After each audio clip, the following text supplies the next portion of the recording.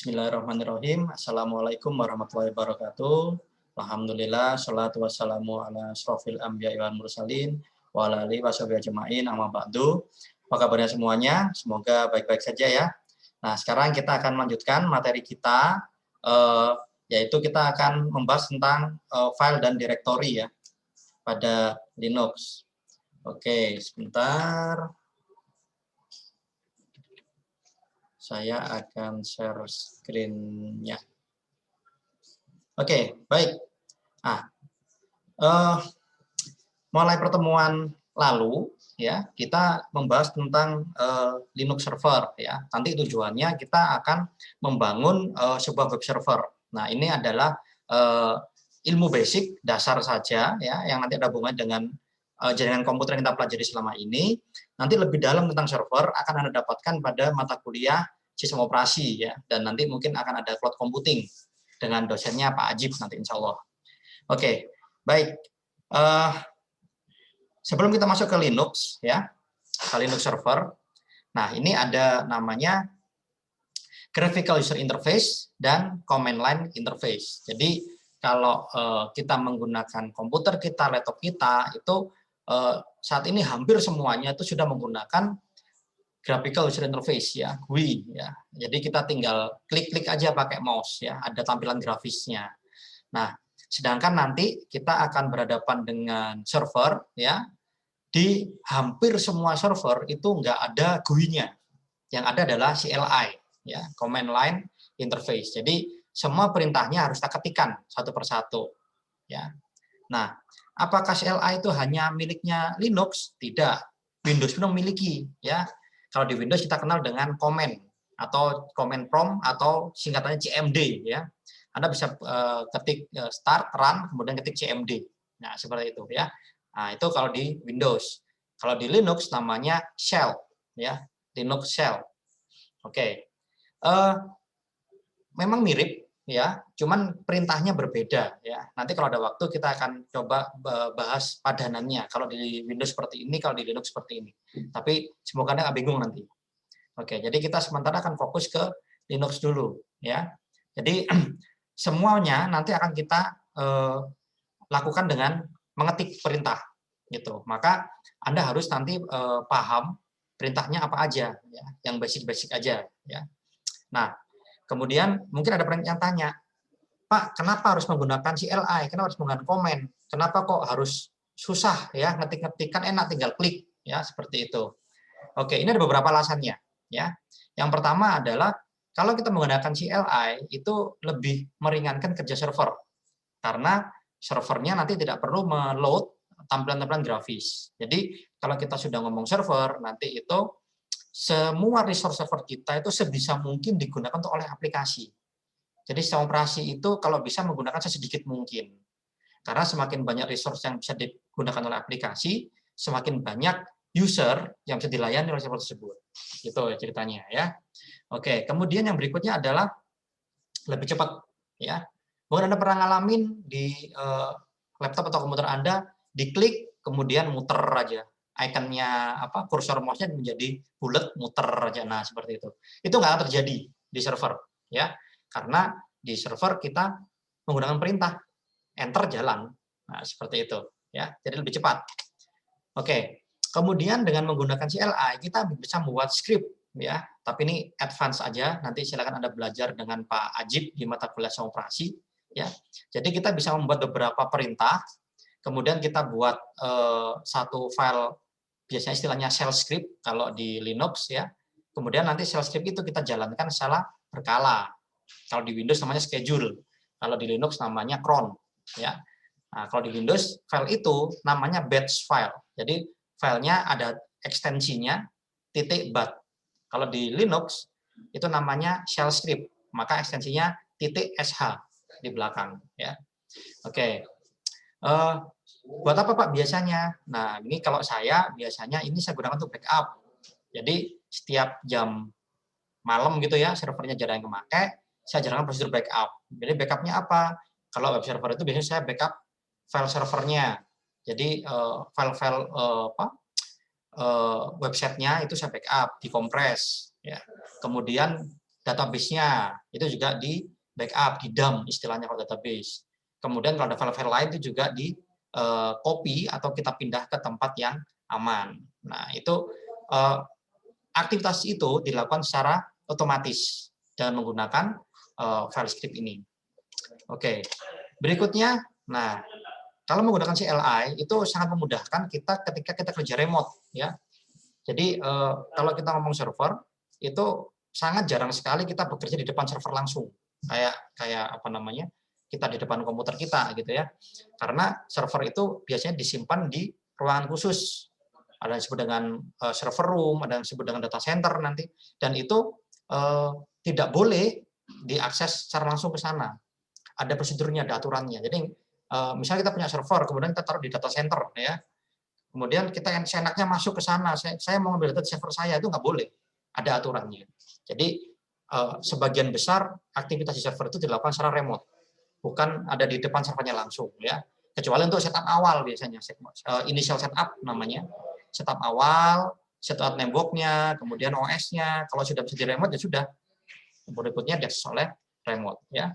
Dengan menggunakan CLI, maka bandwidth yang digunakan itu lebih kecil, jauh lebih kecil daripada kita menggunakan grafik, gitu.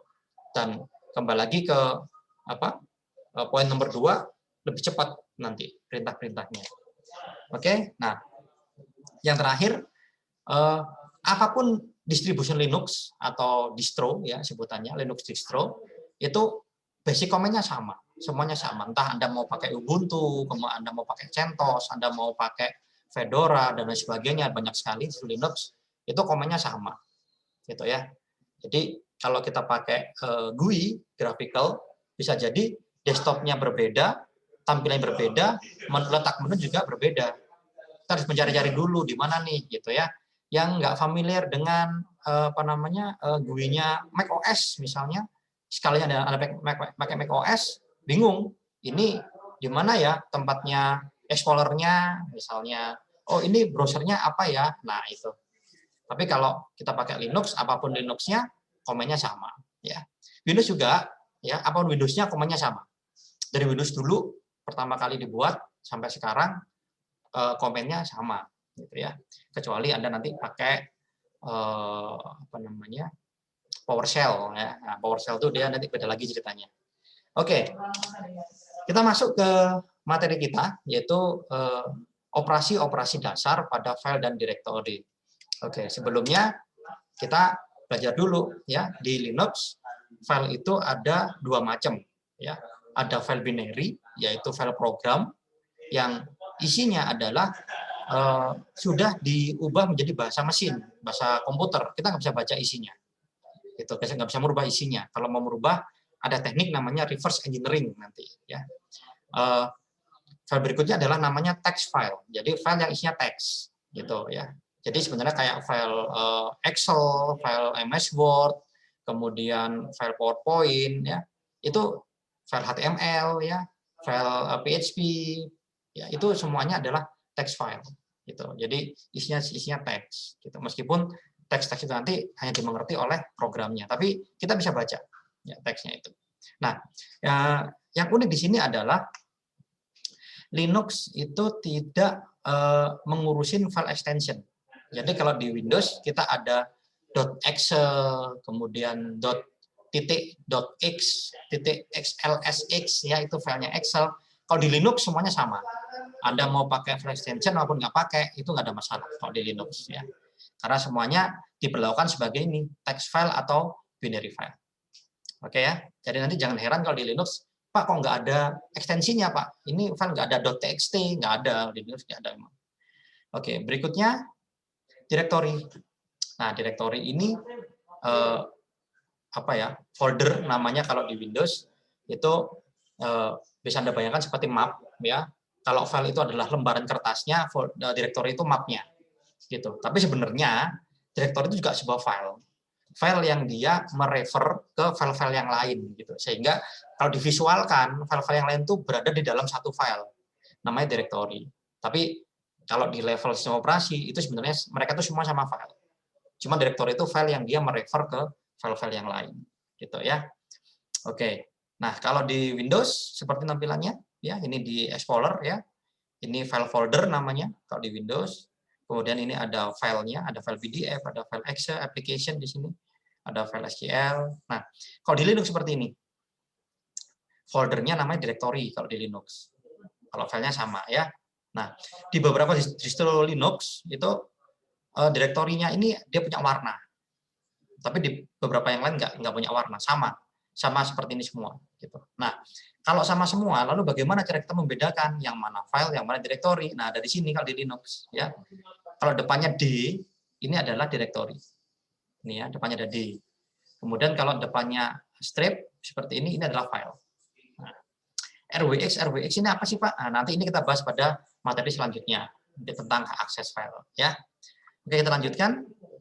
Nah, operasi file ya itu sama di Windows, di Linux, semua OS sama ya.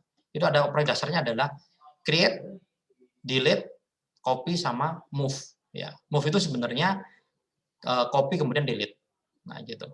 Kalau di Linux, nah, ada beberapa cara ya.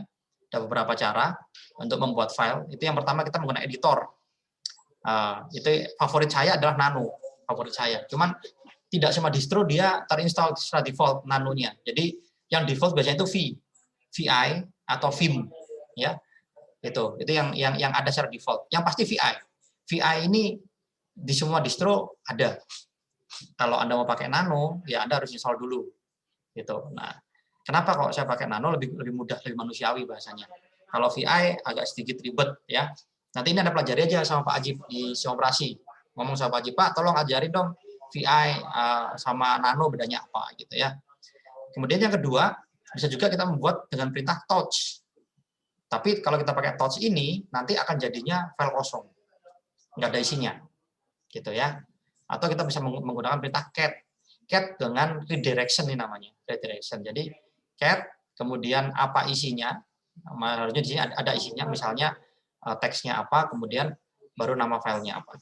Jadi dia akan memasukkan string ini ke dalam nama file. Gitu ya. Tapi nanti di praktikum kita akan pakai Nano aja yang gampang. Kemudian copy perintahnya cp. CP nama filenya apa, lokasinya di mana. Gitu ya. Kalau delete rm, remove ya, nama filenya apa. Kalau move ya. Sebenarnya dia di cut ya, copy and paste itu perintahnya mv. mv nama filenya apa, lokasinya dia di mana. Nah, nanti kalau bedanya apa? Kalau copy ini nama file, nanti file ini masih ada di tempat asalnya. Jadi misalnya lokasinya kita mau copy file ini ke My Document gitu ya. Jadi file ini masih ada di sini dan di My Document, ada dua filenya nanti. Kalau move, file yang di lokasi aslinya akan dihapus. Jadi dia akan pindah ke lokasi yang baru. Gitu ya. Itu bedanya copy sama move. Oke, untuk directory ya, untuk folder ya sama, ada create, copy, move, dan delete sama. Cuma berarti di sini adalah mkdir, make directory ya. Kalau kopinya cp min r ya, strip r, dan r-nya R huruf besar. Oh iya, di Linux dia case sensitif ya. Jadi huruf kecil dan huruf besar itu beda. Gitu ya. Jadi di sini perintah cp min r. R ini apa? R ini adalah rekursif. Jadi dia akan mengcopy semua file yang ada di dalam directory itu untuk diletakkan di directory yang baru ya. RM juga sama. Remove itu strip R ya. Itu dia rekursif, dia akan menghapus semua file-filenya dulu di dalamnya, baru direktorinya akan dihapus. Jadi kalau direktorinya dia nggak kosong, itu nggak bisa dihapus. Ya, dan move juga sama, MV ini dia memindahkan direktori plus isinya. Jadi kita punya file, dalamnya punya direktori, dalamnya ada 5 file, kemudian kita pindahkan dari misalnya download ke My Document. Nah, itu nanti seisi-isinya 5 file itu semuanya akan pindah. Oke, itu penjelasan singkatnya. Nanti setelah ini kita akan coba praktekkan ya. Nah, oke. Jadi silakan Anda nyalakan lagi virtual machine Anda yang kemarin sudah diinstal ya, dan silakan Anda login ya. Oke, kita akan belajar perintah-perintah komen tadi di Linux-nya langsung. Baik, sampai ketemu pada materi berikutnya. Wassalamualaikum warahmatullahi wabarakatuh.